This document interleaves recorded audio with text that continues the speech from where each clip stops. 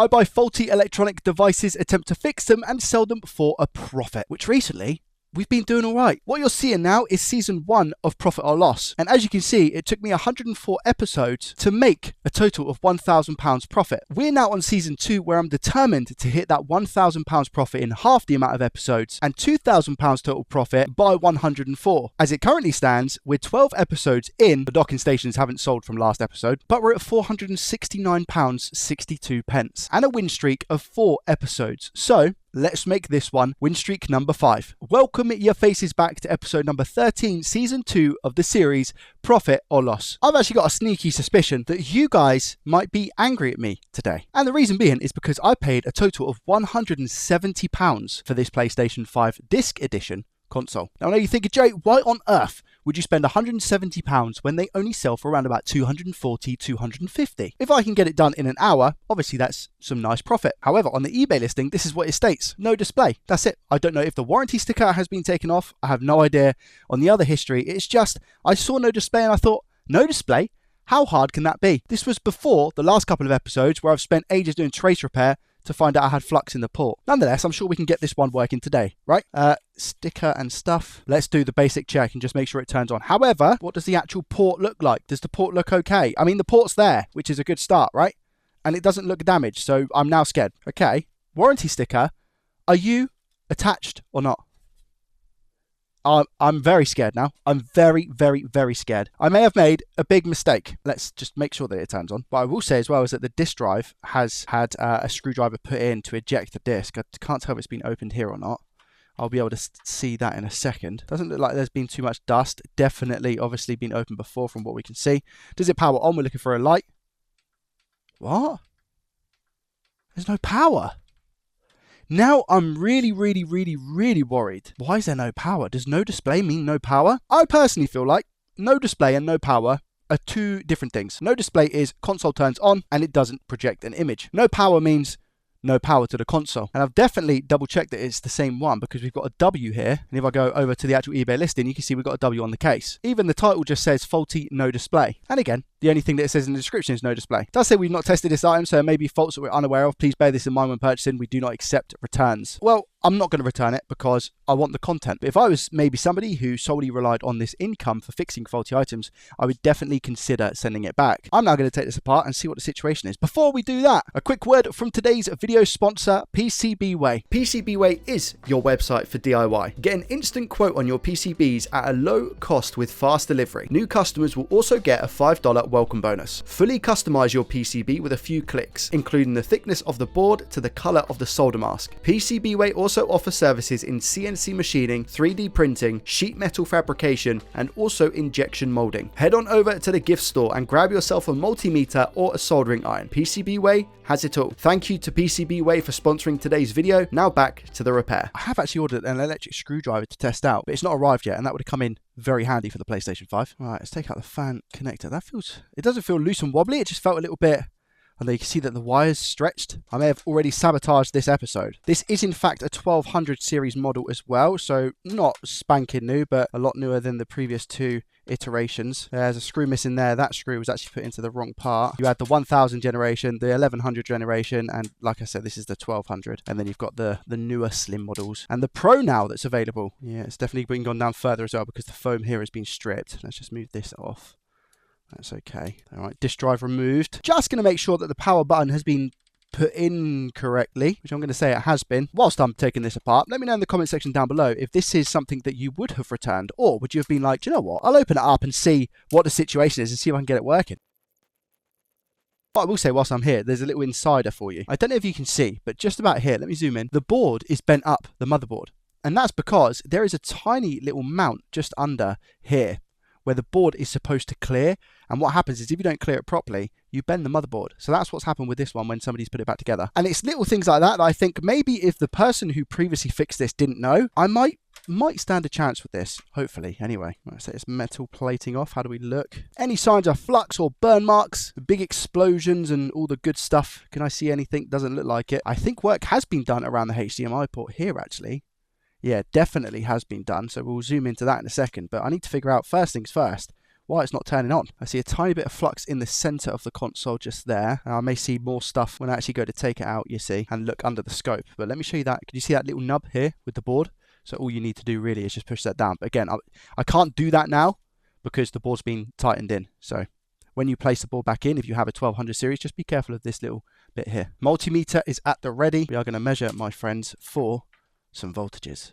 So let's plug that in again. Now, I think we're not going to get 12 volts, but I could be wrong. Let's have a butcher's. Stick that there.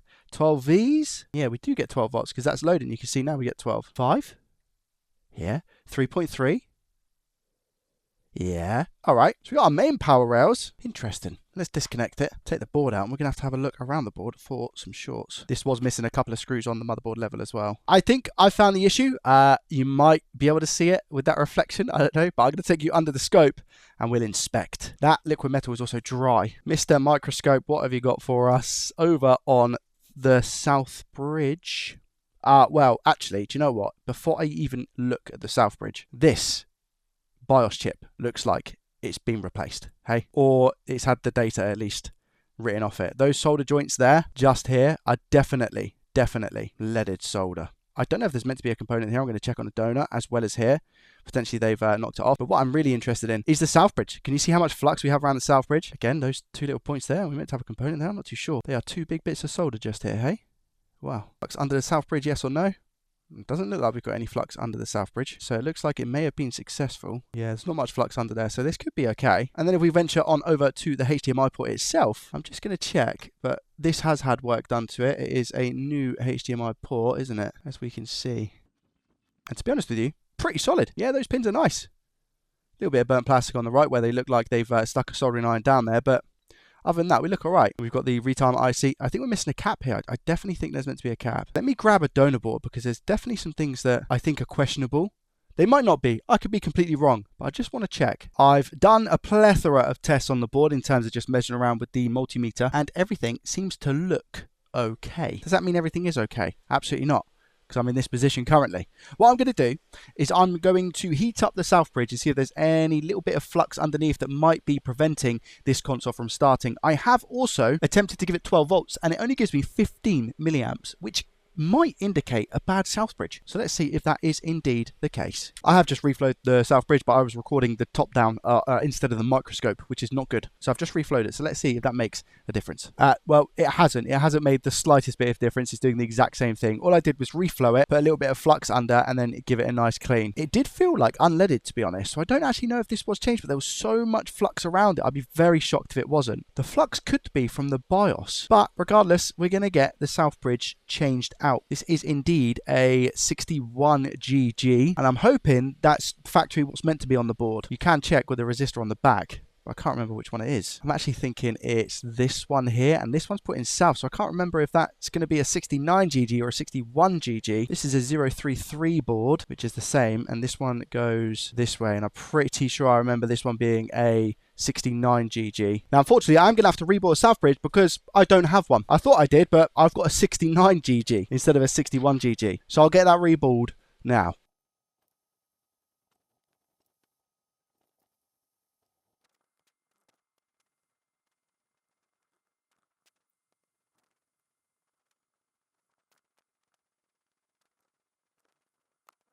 And there we go. That is one South Bridge reboard. I have to do another one just to make sure I have one as a backup, but I'm not going to show you that process again. But there we go. Nice and even. Lovely jubbly. Let's go ahead then and get this South Bridge off the board. So we are going to go 480 degrees Celsius with an airflow speed of 99% just to get this off as quick as possible. Let's go ahead and put some flux underneath. Going to move whilst this is nice and hot. We can see some oxidized pads there, to be honest. Let's get some more flux here. Leaded solder. I don't think this has been changed before, which gives me a nice bit of hope. Maybe I shouldn't get my hopes up, but what I'm going to do is just rest my iron on the wick. The board is nice and hot, so it should be fairly easy to wick.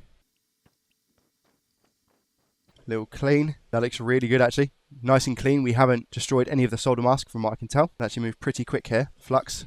Whilst the board is hot, move that around just like that. That'll be enough. Replacement South Bridge. Pin 1 is indeed bottom left.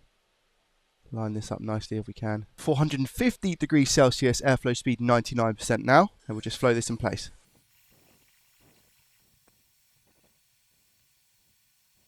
There we go, it just moved on to the pads, and now flux and a reflow. There we go. And now a nice clean, and then we'll see what happens with the boot. I'm not going to go ahead and put this back in the chassis because I can just test to see what boot sequence I have. Remember, before it was 15 milliamps, and now when we go to boot, it is, moment of truth, 1213. So pretty much exactly the same. All right, so on 12, I'm just going to give it one more little reflow and clean out just in case there is any additional bits of flux underneath this IC. And then I might have to actually put my attention towards the BIOS chip. I'm just injecting now. Yeah, okay, so it's now 14. So it's around about that 15, 14 milliamps. And in my head, I'm sure that if the BIOS is bad, you still at least get a beep with the console. And what I'm nervous about is that it clearly looks like they've removed the BIOS before. So is this the correct BIOS for this device? Because if we've lost the original BIOS files, then I'm not going to be able to get the disk drive working with this console. Worst case, I can make it into a digital edition. So I'll take the BIOS off now, plug it into my PC and see if I can at least read it. Okay, so we have to put it on this little programmer doohickey device right here. There we go. Just want to make sure it's soldered down correctly on the pins. Looks okay.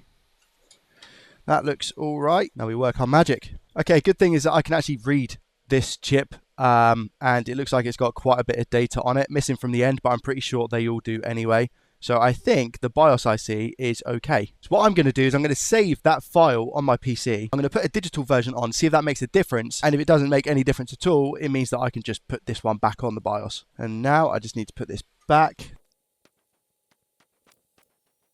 Quick clean. I have checked as well. We've got all the components around it, all the little resistors and everything I have compared. All right, what boot sequence do we get now? Does it change from 14 or is it exactly the same? I'll be honest, not very hopeful, but here we go. 3, 2, 1. 14. That. Oh, wait a minute. That looks like a normal boot. Let me try again just to make sure I'm not dreaming. 13.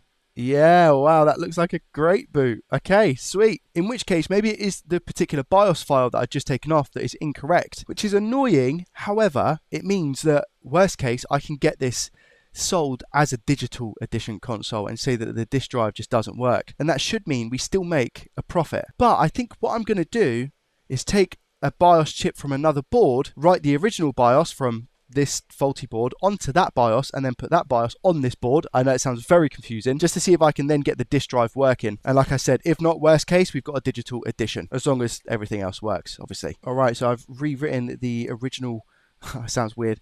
The original disk PS5 BIOS version. So I'm going to go for the boot sequence now and see what happens. Does it hang at 14? Now. Yeah, it does. Look, it doesn't boot. So what that basically means is that the previous person who had this tried to do something with the BIOS, basically messed it up, and now we've lost access to the disk drive. So I can only use this or sell this as a digital edition console. I don't have the original BIOS file that came with this console, and what basically happens is that the disk drive I think has like a key pairing with the APU and it's stored on the BIOS, so if that file's gone, it's gone for good. But I'll put it into digital edition mode and then I need to see if this actually displays an image, because remember the original fault with this was it had no display. So let's see if it actually powers up and gives us a display with a different BIOS image. All right, I've put this back together as a minimum because again, if I don't have a display, then there's no point. I'm gonna have to just take it apart again and it won't take me long to do so. LED's plugged in, front power cable is plugged in. Here we go. Does it turn on? It does. There we go. We get a blue light. Do we get a white light? Please tell me we get a white light. That would be awesome. I can confirm we don't currently get any display, but if you look down here as well, it's still a blue light. So we just get like a pulsing blue light now. We don't actually get a white light, which isn't fantastic. We know that the BIOS is okay because we get that boot essentially. I'll turn it off. I'll hold down the power button. I'll see if I can boot it into safe mode because it might need a fresh installation of the PlayStation software. Okay, so that's now off. Give it a couple of seconds. All right.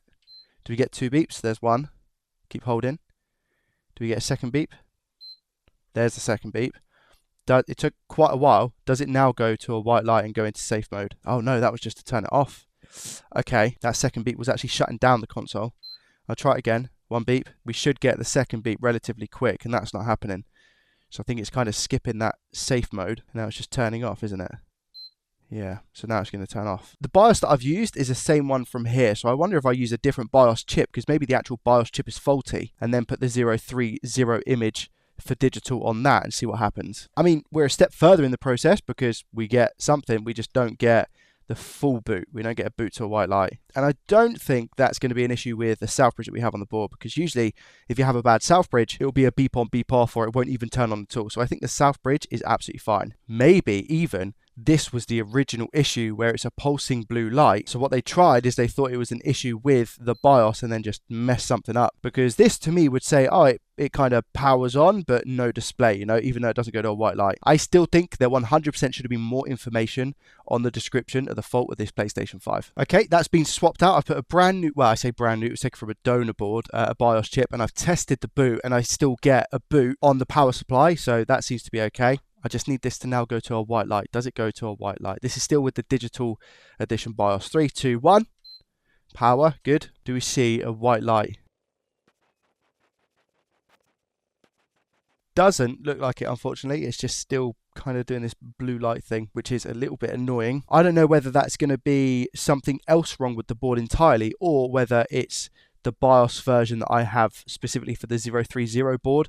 I doubt that's the case because we're getting further now, so I feel like the BIOS has almost sorted itself out. The digital edition, and I believe the disc edition, if I had a BIOS for that, should boot, but it just means that the disk drive wouldn't work. I'll plug in the HDMI now, but I don't have a display to tell me kind of like what's going on, but I don't think anything would. Only thing that I can think of to do next would be to UART and see if we get any errors popping up at all. I don't know if the PS5 is going to have a chance to report those errors to the south bridge because we're not getting any additional beeps or anything along those lines, but I feel like that is potentially the next logical step. I've already searched the board for shorts and missing components, weird readings, and it all looks okay. I've done a bunch of UART testing on this, and the general consensus is that when I first loaded it up, there was a few errors, but they were just generic power failures. I then cleared the list, and nothing is writing to the south bridge as I suspected, so we don't get errors. This one is quite a lost cause because of the fact I can't get it working with the disk drive, and I'll still be able to make a profit if I could get it working digitally, but the long pulsing blod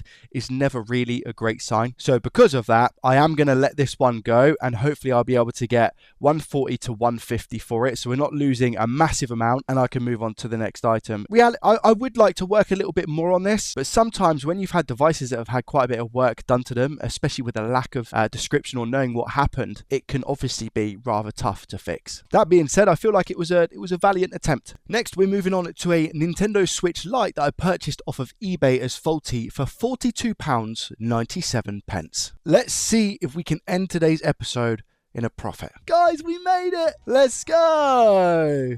Oh, wait, I knew. So that's the thing that I bought, but there's something else. What? Wait. I don't know what's going on. I need to know what's happened here because I've only bought a Nintendo Switch Lite, and yeah, I come with Haribo Star Mix, a Nintendo Switch that's been disassembled, and a Nintendo Switch. I think it's just no power. The casing is a little bit scratched, so the resale value on this isn't going to be amazing. We've also got a little bit of scratch on the screen as well. That R trigger feels a little bit it feels like quite spongy actually. We've got a crack in the chassis just up here where the game card reader is, which means that there's a game card in it. I thought I was going to get it that time. And then we've got the SD card slot down here. But what I will say is that we're missing the sticker right here, the serial number that comes with the device. And also we got a crack here, which insinuates that it's definitely been opened before. I've also just noticed, and it was in the message, that this has been replaced, this thumbstick. Right, how's this port? Oof, okay. Do you know what? I don't know why I said oof. I have no idea why I said oof. It just looks a little bit dirty as well, a little bit dusty and dirty. It looks good. Yeah, it looks fine, which means that we can test. I don't know what these like little droplets of something are here. That's a bit strange, but so up here we've got the ammeter, and what this is going to do is tell us what's going on with the device, basically, hopefully. Anyway, so we'll plug it in. Okay, that's good. That's charging. That's charging. Okay, I like the look of that. So 100 milliamps, roughly, give or take, is relatively good because it looks like the battery is flat and it's charging something. So I'm just going to give this a couple of seconds to see if that increases, because if it increases, again, really good sign that the battery and the device itself and the motherboard is okay. We might just have a faulty screen of some sort, which could be a quick win. I don't actually know if I have a suitable housing for this because I rinsed through the housings for another Nintendo Switch Lite. There we go, look, 460 milliamps. You see that? Look at the jump. And you've got this white line as well. The low white line signals a low charge and low draw, whereas the high one is now bumped up to almost 500 milliamps up here. So that's good. That's good. I actually think that this is probably going to be able to turn on, but something's wrong with the screen. So let's take it apart and see what's going on. We could have a plethora of different reasons as to why the screen doesn't work. It could just be the actual screen itself that has an issue. It could be the daughter board that has an issue, because I'm pretty sure we still get a charge in the battery, etc. But the device won't turn on if something's wrong with the daughter board, because this is actually where the backlight is. So, I mean, everything kind of looks okay here, to be honest. Which side did they change? I think it was this one, wasn't it? Yeah, so, ooh, that's a good point. So they did change the daughter board. Well, sorry, they took out the daughter board to change this stick. So I wonder if they messed something up when they put it back. So I'm actually going to start with the daughter board, you know. Let me go under the scope real quick and just inspect that. Right, can we see you've got the lines down here on the actual ribbon cable itself? You see that? So I don't know if that's going to be causing an issue. I don't know if that's actually bent up a little bit. Let me try a different daughter board first. And like I said, we'll go from there, because it looks like this area is untouched. Let's see. Is it going to be an easy fix? Well, moment of truth, guys. Are we winning or are we losing? 3, 2, 1. We're losing. So what I was looking for here is I was looking for a battery symbol. Once a battery symbol shows up here, it means that it's going to be good, essentially. But it's not. It's not good. What I'm going to have to do now is take the whole board out here and try it in a different chassis, which is a slightly longer process, but nonetheless, it's doable. I love making pizza, guys. I've got like a weird fetish about making pizza, if I'm honest. That kind of feels weird, you know. That kind of feels weird. Why does that feel weird, hey? Why does that feel weird? It feels like that's not going in. I've not put any pressure on just yet. Look at this. Look how bad that is. Yeesh. So I think we can confirm why there was no image. I think the backlight itself is actually okay, and it's more so the connector for the LCD, the FPC connector. So that needs to come off. Yeah, exactly. FPC are easy once you get a workflow. Exactly. Once you know what's good for you and what works, it's all good. Practice, eh? Practice. Practice makes perfect. Some people will practice this 10 times and get it. Some people, it may take them 100 times before they actually understand how to change out the FPC. It all depends. It all depends on your ability, your patience. I like using FPCs that have been taken from donor boards because they already have the solder on the pins. All right, so we're blasting this 480 degrees Celsius, 99%. Get this FPC connector off. Come on. It's very close. Giving it a couple taps. There we go. You can just pull it off. Keep the correct orientation so I don't get myself confused. I'm going to put it down to 460. 99% still. And just get this connector off. I've got a bigger nozzle one this time as well, so it shouldn't take as long. Do you know why? Because I haven't got my thin tweezers. I need to put those back. I'm pretty sure I've done that last time as well. With those two. So what I'm going to do is I'm just going to take some leaded solder here and put some leaded solder and mix it with the unleaded that's on the board. So we just make sure that we get some nice joints here. I'm sorry that the image isn't great, the image quality. And then what I like to do is I like to clean up the flux that we've already got on the board. Just like this. And now if I put this at an angle, we can see that this is okay. All of those look nicely tinned. I need to put those caps back, which is, again, the next thing we're going to do. Trying to control this whilst moving the air underneath is disgusting, by the way. Just as an FYI. Where's that gone? Wait, is it still there? Yeah, it is. Why does it look so weird? What's happening? I think it's on. It just needs to pop back into place, but that's okay. That's okay. I'll wait for the board to cool down. We'll give it a quick clean, and then we'll go ahead and put the connector on. And now what we can do is we can add a tiny bit of flux here.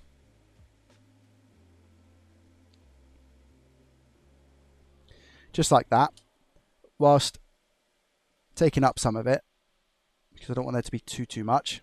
And now we can place the connector on and just use our tweezers here. Like I said, I like to be using the thinner tweezers. I have no idea where they've gone. So this is making my life a little bit more difficult, but nonetheless, we should still be able to do it. Oh, it's a bit fluxy, these tweezers. Wait there. Let's give them a little clean. All right, so that's roughly in place. I think that'll do. And then we might just have to poke it if needs be. And then we're just going to go, like I said, 460 degrees, airflow speed 99%. We're just rotating that heat underneath.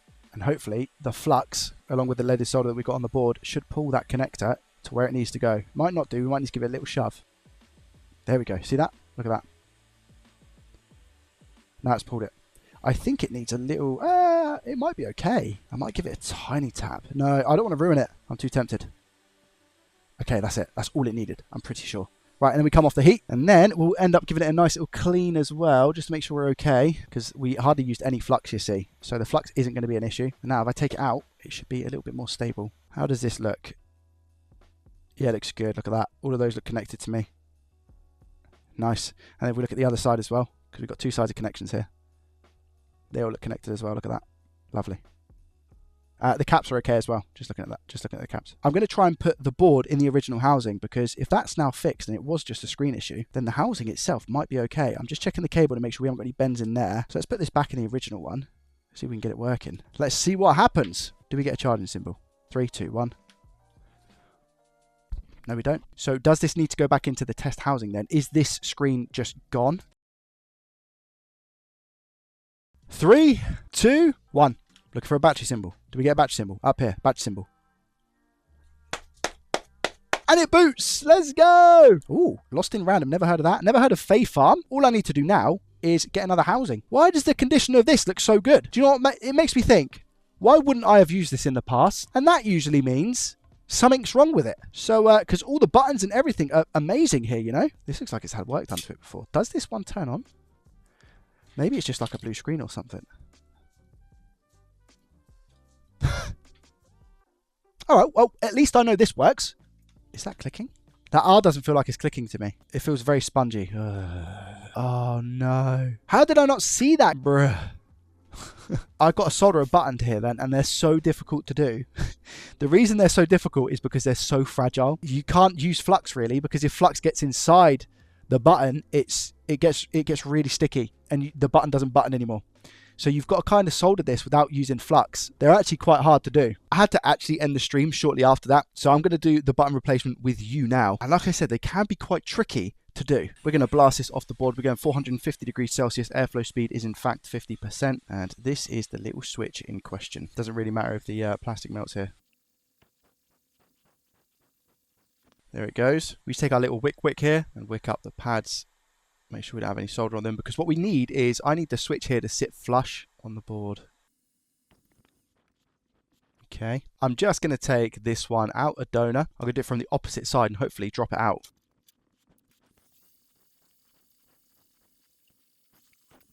Position the switch in place, and like I said before, I don't want to use too much flux here.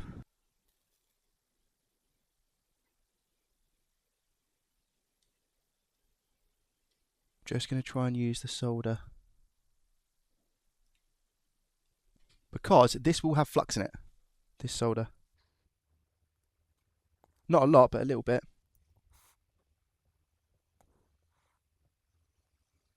There we go. I think we're going to be okay. A bit of clean. Make sure it's sat as flush as it can be. Maybe we can try and sit it down a bit more on the left-hand side. The thing is now, I also don't want to ruin it, but see if we can get it down a bit more.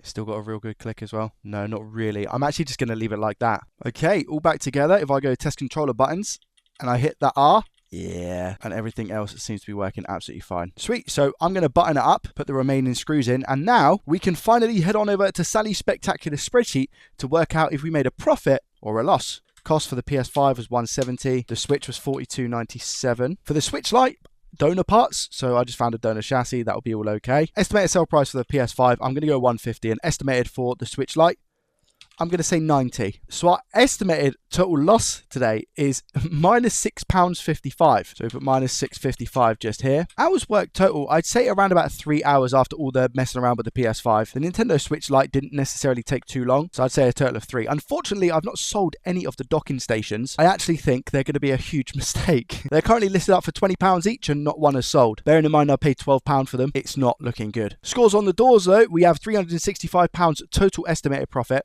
and the actual profit is $470. Thank you very much for watching. If you did enjoy it, hit that thumbs up button and subscribe to the channel if you're new around here. I'll leave the first episode in this playlist up here. Have a great rest of your week, weekend, whatever it is for you. And as always, I shall see you in the next one. Peace.